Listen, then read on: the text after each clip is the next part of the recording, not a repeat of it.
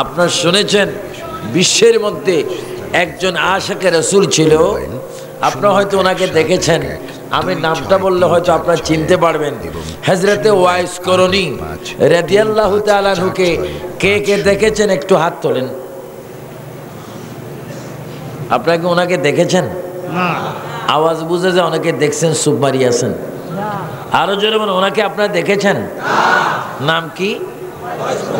আরো জোরে বলেন, হযরতে এবার বলেন রাদিয়াল্লাহু। উনি কি লোকটি ভালো ছিল না খারাপ ছিল? এই দেশে অনেক মানুষের নাম ওয়াইস করণী আছে কিনা? বাবা তোমার নাম কি? ওয়াইস করণী। তুমি কি পছন্দ করো বেশি? গোল্ড লিফ, বেনসন, মাঝে মাঝে দেখা যায় বোতলও খায়, বোতল তাও দেশিটা কম খায়, বিদেশিটা খায়।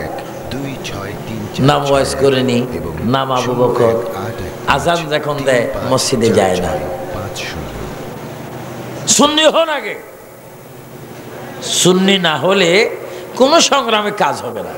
আর সুন্নি হতে হলে রাসূলের সুন্নত লাগবে, মুহাব্বত লাগবে, নামাজ লাগবে।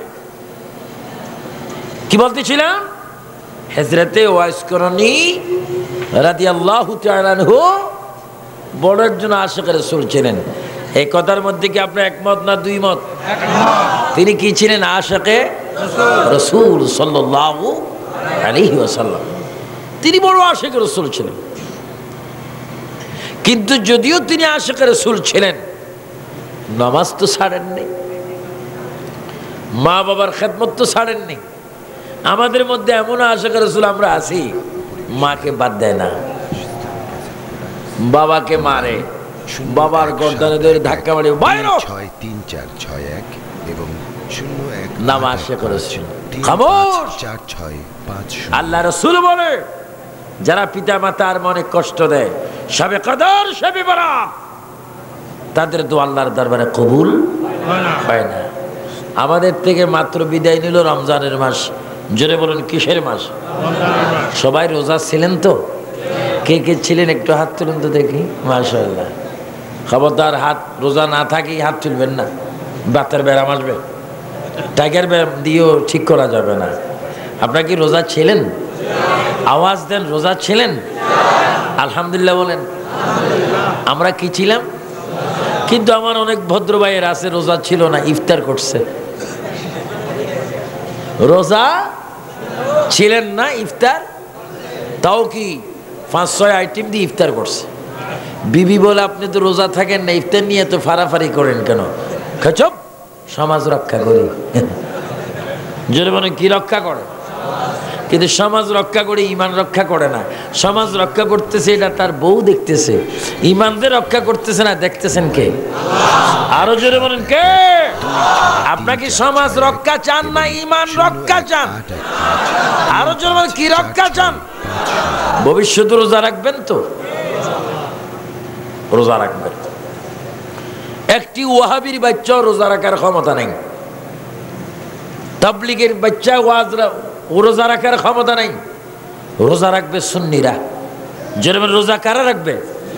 কারণ আমরা নবীর পার্টির মেম্বার। আরো যেরকম আমরা মেম্বার কোন পার্টির? নবীর পার্টির মেম্বারদের উপর রোজা কি করা হয়েছে? নামাজ, হজ, যাকাত, মা বাবার খেদমত। সুবহানাল্লাহ বলেন। আরো জোরে বলেন সুবহানাল্লাহ। হিন্দু, খ্রিস্টান, ইহুদি, নাসারা যেভাবে রোজা রাখতে হবে না, তেমনি ভাবে কোনো ওয়াহাবি খারিজিদের রোজা রাখার ক্ষমতা নাই। রোজা রাখবো আমরা।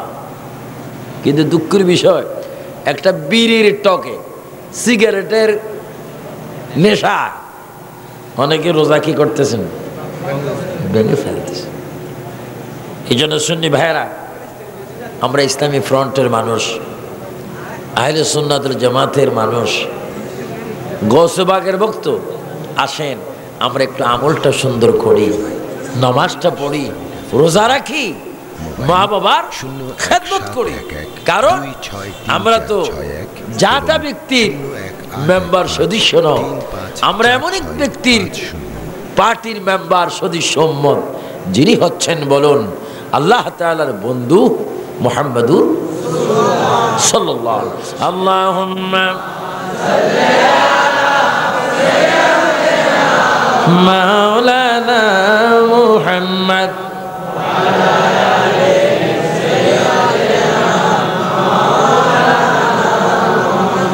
সৃষ্টিকর্তা সবাই বলে আজকে মোদের খুশির দিন, এই জগতে তশরীফ আনলেন রহমাতাল লিল আলামিন। আল্লাহুম্মা সাল্লি আলা সাইয়্যিদিনা মাওলানা মুহাম্মদ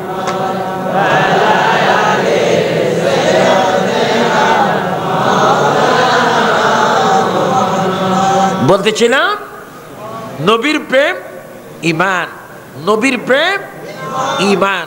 হযরতে ওয়াইস করণী রাদিয়াল্লাহু তাআলা আনহু তিনি রাসূলের আশিক ছিলেন, মায়ের আশিক ছিলেন এবং আল্লাহর প্রিয় নবী দুনিয়া থেকে চলে যাওয়ার পূর্বে সাইয়্যিদনা ওমর আল ফারুক রাদিয়াল্লাহু তাআলা আনহুকে ডাক দিলেন, হযরতে আলীকে ডাক দিলেন, উভয়জনকে ডাক দিয়ে বলেন ওমর, আলী, আমি রাসূল যদি দুনিয়া থেকে চলে যাই, ওয়াইস কুরি নামে একজন আল্লাহর বান্দার কাছে আমার সালাম পৌঁছাই দিবে।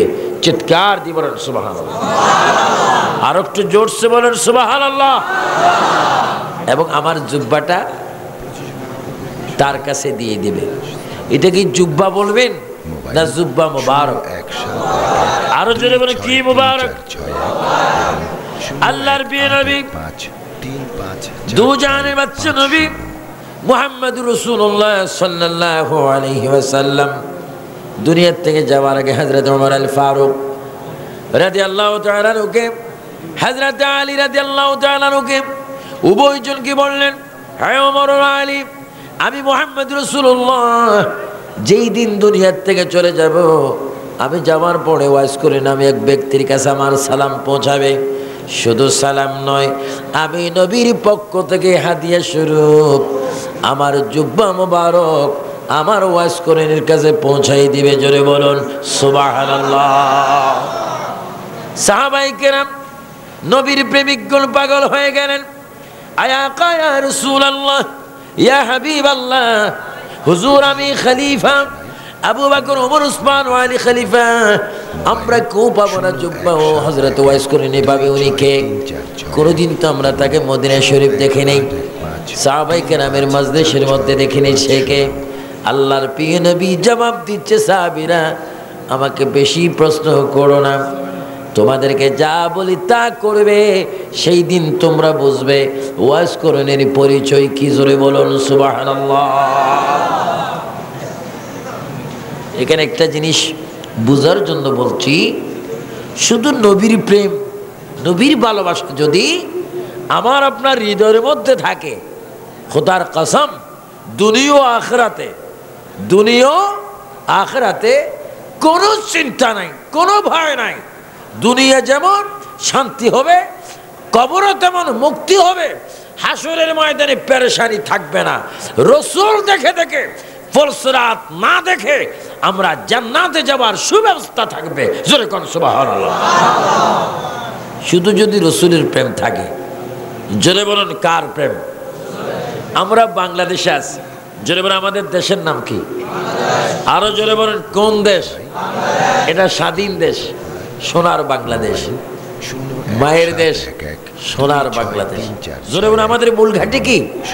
আমরা আহলে সুন্নাত, আমরা ইসলামী ফ্রন্ট, আমরা নবীর দলের সেনা, আমরা মদিনাওয়ালার গোলাম। উচ্চ স্বরে বলে আমরা মদিনাওয়ালার গোলাম। এই গোলাম শব্দটা যে যত জোরে পারেন ফেরেশতারা শিল মোহরের মতো আমলের মধ্যে গেঁথে নিবে। উচ্চ স্বরে বলে আমরা মদিনার নবীর গোলাম, আমরা মদিনার নবীর গোলাম, আমরা নবীর গোলাম হতে চাই কি চাই না? এই কথাটা সর্বক্ষণ স্বীকার করবেন। নবীজির গোলাম বললে বাতিলদের মাথা খারাপ হয়ে যায়, আমরা গোলাম হব আল্লাহর, আর এরা বলে নবীর গোলাম। এদের যত সব তারিফ আল্লাহর জন্য, আর যত সব শত্রুতা আমি নবীর জন্য, আর আমাদের যত তারিফ নবীর জন্য, শুধু আমরা পাবো আল্লাহ। যেমন আমরা পাবো কাকে? আমাদের দলিল হচ্ছে মুহাম্মাদুর রাসূলুল্লাহ, দাবি হচ্ছে লা ইলাহা ইল্লাল্লাহ।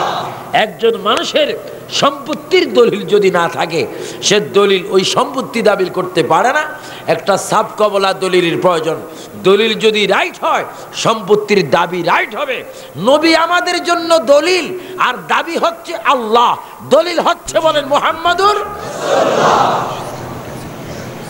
দলিল যদি বেজাল হয়, দাবিও কি? আরো যেন দলিল যদি বেজাল হয়, দাবিও কি? এবং দলিল হচ্ছে মুহাম্মাদুর, আর দাবি হচ্ছে লা ইলাহা ইল্লাল্লাহ। আল্লাহর নবী দুনিয়ার থেকে চলে গেলেন, জাহিরি ভাবে চলে গেলেন। হাকিকত তো এখনো আমাদের কাছে আছেন। আমার ভাই নুরি সাহেব বললেন না, মুহাম্মদ রাসূলুল্লাহ সর্বক্ষণ আছেন, সব জায়গায় আছেন, সর্বমুহূর্তে আছেন, শুধু উম্মতে মানার মধ্যে নেই। আল্লাহর প্রিয় নবী মুহাম্মদ রাসূলুল্লাহ সাল্লাল্লাহু আলাইহি ওয়াসাল্লাম চলে গেলেন। হযরত ওমর আল ফারুক রাদিয়াল্লাহু তাআলা আনহু সাইয়েদনা আলীকে নিয়ে ওয়াইস কুরনির তাল্লাশে তিনি বাইর হয়ে গেলেন। জুব্বা মুবারক মাথায় নিলেন, আল্লাহর নবীর রওজা মুবারকে সালাম দিলেন। আমার ভাইরা বলুন, আসসালাতু ওয়াসসালামু আলাইকা ইয়া রাসূলুল্লাহ। এমন ভাবে সালাম দেন মনে করুন আমার নবী আমাদের সালামের আওয়াজ নিজ কান মুবারকে শুনতেছেন। জোরে জোরে সালাম দেন যুবক ভাইরা।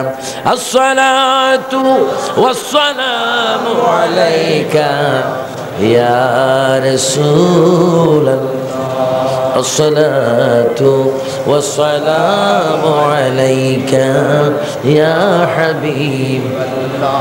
ইয়া রাসূলুল্লাহ, আপনার আদেশ অনুযায়ী আমি ওমর আলী উভয়জন ওয়াজ কুরনির খোঁজে বাইর হয়ে গেলাম।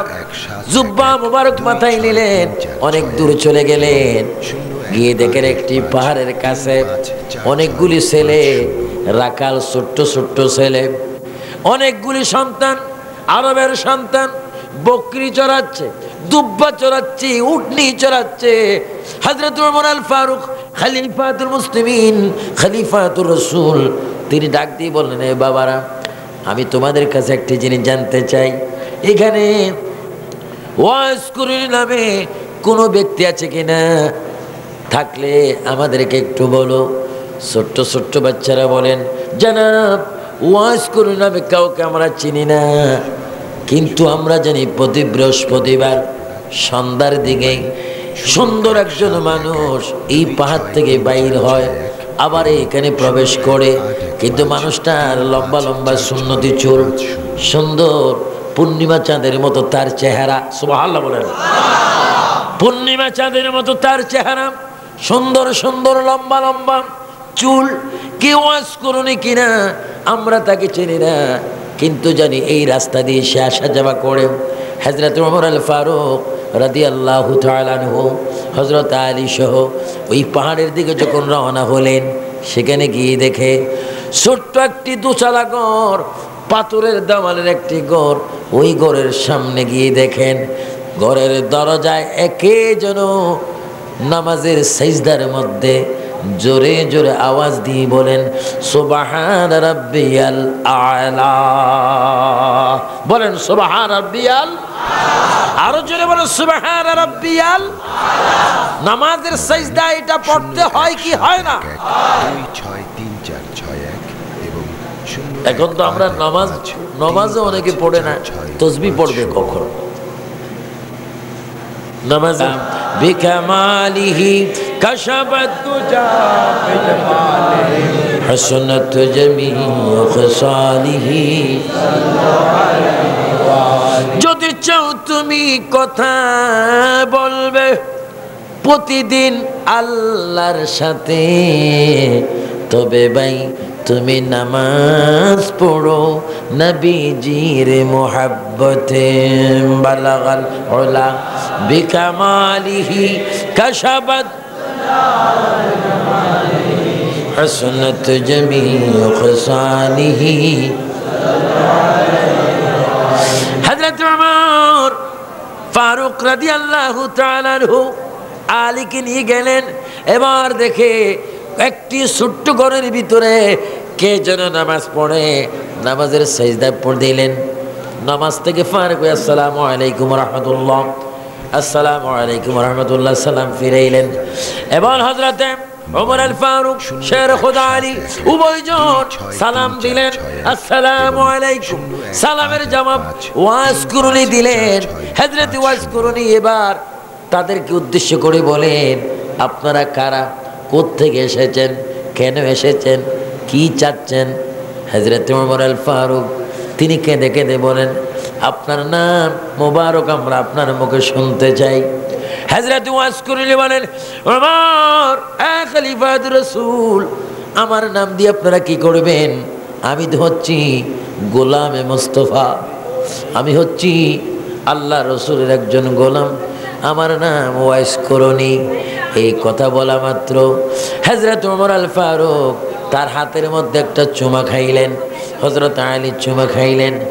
আপনি এখানে কি করেন? নবীজির দরবারে কেন আপনি যান নাই? নবীর সমত আপনি ছিলেন, কেন আপনি নবীর কাছে যান নাই?